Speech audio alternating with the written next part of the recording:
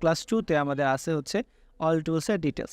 টুলসগুলো যেমন হচ্ছে আপনার আমরা যে টুলস ইউজ করে কাজ করতে পারবো সেই টুলসগুলো, যেমন ধরেন ভিডিও এডিটিংয়ের জন্য যে ইফেক্টস কন্ট্রোল বা হচ্ছে আপনার টুলসের দরকার হয় সেই টুলসগুলো সম্পর্কে এখন জানবো। ওকে, সো ক্লাস 2 শুরু হচ্ছে। ক্লাস 2-তে আমরা এখন আসলে দেখতে পারবো আমাদের যে ভিডিওটা আছে এই ভিডিওটা আমরা অনেক বড়ও করতে পারবো, প্লাস ছোটও করতে পারবো। ঠিক আছে, কীভাবে করেছি যে অল্টার প্রেস করে মাউস স্ক্রোল করলে এটা বড় হচ্ছে, আবার অল্টার প্রেস করে মাউস স্ক্রোল আউট করলে এটা জুম আউট হচ্ছে। সেমভাবে আমরা যদি একটা ভিডিও, ধরেন আমার একটা লম্বা ভিডিও আমি নিয়ে আসলাম, ধরেন যে কোনো একটা বড় ভিডিও আমি নিয়ে আসলাম, বা যে কোনো একটা পার্ট আমরা ভিডিও কেটে দিতে চাচ্ছি বা রাখতে চাচ্ছি না, ঠিক আছে, সেরকম কিছু যদি থাকে এটুকু সিলেক্ট করে আমরা জাস্ট ডিলিট দিয়ে দিলাম। Okay fine. তো দেখেন এই ভিডিওর শুরুতে কী হচ্ছে, এই আমরা এখান থেকে দেখতে পাচ্ছি পরে যে এটা মাটি থেকে পানিতে দেখাচ্ছে, ঠিক না? তো আমরা চাচ্ছি যে এই ভিডিওটা কেটে শুধু মাটির অংশ পর্যন্ত থাকবে, এরপর থেকে আর এইটুকু আসবে না। ঠিক আছে, এটুকু আর আমরা রাখতে চাচ্ছি না। তো ভিডিও নর্মালি বেসিক কিন্তু ভিডিও এডিটিংয়ের কাটাকাটি, তারপর হচ্ছে আপনার লেয়ার অ্যাড করা, তারপরে আপনার কিছু গ্রাফিক্স অ্যাড করা, টেক্সট অ্যাড করা, এগুলোই। তো কাটাকাটির জন্য আমরা দেখেন নর্মালি এই যে টুলটা আছে এই টুলটা ইউজ করব। এই টুলটা কি? রেজর টুল। সিলেকশন টুলের ঠিক কয়েকটা টুল নিচেই আছে রেজর টুল, ব্লেডের মতো দেখা যাচ্ছে। তো এই টুলের কাজ হচ্ছে আমাদের যে কোনো ভিডিও কাটাকাটি করা। জাস্ট এই টুলটা একটা ক্লিক করলাম, অথবা এখানে দেখেন একটা শর্টকাট আছে, কিবোর্ড থেকে আমরা যদি সি প্রেস করি তাহলে হচ্ছে আমাদের এই রেজর টুলটা আসবে। সেমভাবে কিবোর্ড থেকে আমরা যদি ভি প্রেস করি তাহলে কিন্তু আমাদের সিলেকশন টুলটাও আসবে। ঠিক আছে, জাস্ট সি আর ভি, সি আর V, C V, C V, C V, C V. Okay, ঠিক আছে। তো আমরা সি প্রেস করে এই টুলটা নিলাম, এরপরে আমরা যেখানে ক্লিক করবো সেখানে একটা একটা করে দেখেন দাগ হয়ে যাচ্ছে, মানে হচ্ছে এটা কেটে যাচ্ছে।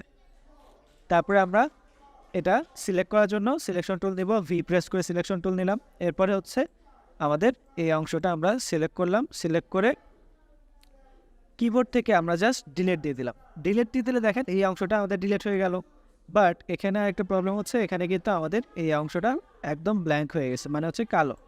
তো আমাদেরকে এগুলো কিন্তু সবগুলো ধরে এই পাশে লাগাই দিতে হবে, তাহলে ভিডিওটা অ্যাড থাকবে। ঠিক আছে, তো সেজন্য আমাদের আরেকটা শর্টকাট আছে, সেটা হচ্ছে জাস্ট সিলেক্ট করে ধরে আমরা যখন ডিলিট করলাম, কাটাকাটির পরে জাস্ট সিলেক্ট করার সময় আমরা জাস্ট শিফট চেপে ধরে ডিলিট দিয়ে দিলে এটা ডিলিটও হয়ে যাবে, আবার লেগেও যাবে। দেখেন এই অংশটা সিলেক্ট করে জাস্ট শিফট চেপে ধরে ডিলিট দিলাম, কিবোর্ড থেকে শিফট চেপে ধরে ডিলিট দিয়ে দিলাম।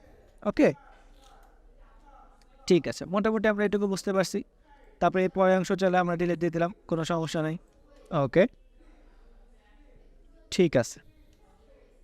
এখন আমরা চলে যাচ্ছি আমাদের এই রেজর টুলের নিচের অংশ পেন টুল। পেন টুলের কী কী কাজ? নর্মালি হচ্ছে পেন টুল দিয়ে আমরা যে কোনো আর্ট করতে পারি, গ্রাফিক্স অ্যাড করতে পারি। ধরেন এখানে যে কোনো কিছু আর্ট করে একটু আমরা আটকাই দিলাম। সেমভাবে এগুলো অনেক সময় দরকার হয়, অনেক সময় দরকার হয় না, সবসময় আপনার লাগবে না হয়তো, বাট জেনে রাখা ভালো। এরপরে এই টুলের উপরে ক্লিক করে মাউসে ক্লিক করে ধরে রাখলে দেখবেন যে এখানে আরও কয়েকটা অপশন আসবে, রেক্টাঙ্গুলার অপশন। দেন টিভিতে যে নিউজ চ্যানেলগুলো হয় সেই নিউজ চ্যানেলগুলো কিন্তু এরকম লেখা দেয়, ঠিক আছে, লেখা অ্যাড করা যায়। আবার ইফেক্টস কন্ট্রোল থেকে এটার ইফেক্টসও আমরা চেঞ্জ করতে পারবো। যেমন হচ্ছে এই যে এখানে দেখেন ইফেক্টস কন্ট্রোল করলে এই যে লেয়ারটা আছে এই লেয়ারের পজিশন, স্কেল সব কিছু কিন্তু এখানে দেওয়া আছে, দেখতে পাচ্ছেন। তো আমরা অ্যাডজাস্ট করে নিলাম। তারপরে দেখেন এখানে শেপ নামের আরেকটা অপশন আছে, যেটা হচ্ছে এই লেয়ারের কালার বা সব কিছু আমরা এখান থেকে চেঞ্জ করতে পারবো। দেখবেন যে নিউজ চ্যানেলে কিন্তু এরকমই জাস্ট থাকে, এটার উপর দিয়ে জাস্ট আমাদের লেখাগুলো যেতে থাকে। ঠিক আছে, তো লেখাগুলো এখন কেমনে আনবো? লেখাগুলো আনার জন্য দেখেন আমাদের সেমভাবে এই টুলের একটু নিচে আছে হচ্ছে টেক্সট টুল। টেক্সট টুল থেকে আমরা কিন্তু যে কোনো লেখা এখানে লিখতে পারবো। ঠিক আছে, যেমন ধরেন আমরা লিখতে পারি যে ক্লাস 1 এন্ড। ঠিক আছে, তো আমরা এখান থেকে এই লেখাটা লিখে দিলাম। তারপর আমরা এই লেখাটাকে একটু ছোটো করে দিব। ঠিক আছে, স্কেলটা একটু ছোটো করে দিব। টেক্সটের এই লেয়ারটা আমরা অ্যাড করি, দেখেন টেক্সটের আরেকটা লেয়ার আমাদের এখানে অ্যাড হয়ে গেছে। এটা হচ্ছে শেপের লেয়ার, এটা হচ্ছে টেক্সটের লেয়ার। টেক্সটের লেয়ারটা আমরা এই অ্যারো চিহ্ন দিয়ে ওপেন করব। ঠিক আছে, তারপর আমরা টেক্সটের ফন্ট চেঞ্জ করতে পারি, চাইলে একটু বড় করে দিই তাহলে বুঝতে সুবিধা হবে। দেখেন এখান থেকে আমরা টেক্সটের ফন্ট চেঞ্জ করতে পারবো, যে কোনো ফন্ট আমরা দিতে পারবো। ঠিক আছে, স্টাইলটা আর কি মেনলি, যে লেখাটা আমরা কী ধরনের স্টাইলে করতে যাচ্ছি। ঠিক আছে, যে কোনো একটা স্টাইল আমরা দিয়ে নিতে পারবো, কোনো সমস্যা নেই।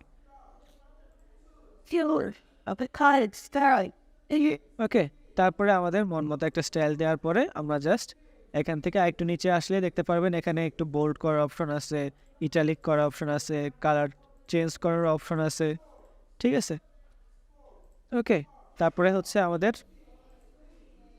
এই যে টেক্সটটা আছে আমরা ধরেন সাদা কালার করে দিলাম। কীভাবে করতেছি, যে কোনো জায়গা থেকে আমাদের কালার সিলেক্ট করে এখানে একটা ক্লিক করে দিলেই কালার সিলেক্ট হয়ে যাবে। তারপরে একটু নিচে আসলে দেখতে পারবেন এখানে স্ট্রোক নামে একটা অপশন আছে, ব্যাকগ্রাউন্ড আছে, শ্যাডো আছে, এগুলো আমরা অ্যাড করতে পারবো। যেমন ধরেন স্ট্রোকটা আমরা ক্লিক করে দিলাম, স্ট্রোক অ্যাড হয়ে গেল। এরপরে আমরা জাস্ট লাল কালার দিয়ে আপনাদেরকে দেখাই, তাহলে বুঝতে এই যে লেখার বাইরে যে অপশনটা আছে এটা হচ্ছে আমাদের স্ট্রোক। ওকে, আশা করি বুঝতে পারছেন। এরপরে ব্যাকগ্রাউন্ড আছে, ব্যাকগ্রাউন্ডের কালারও আমরা চাইলে চেঞ্জ করে দিতে পারবো। ঠিক আছে, যে কোনো কালার চাইলে আমরা এখান থেকে দিতে পারবো।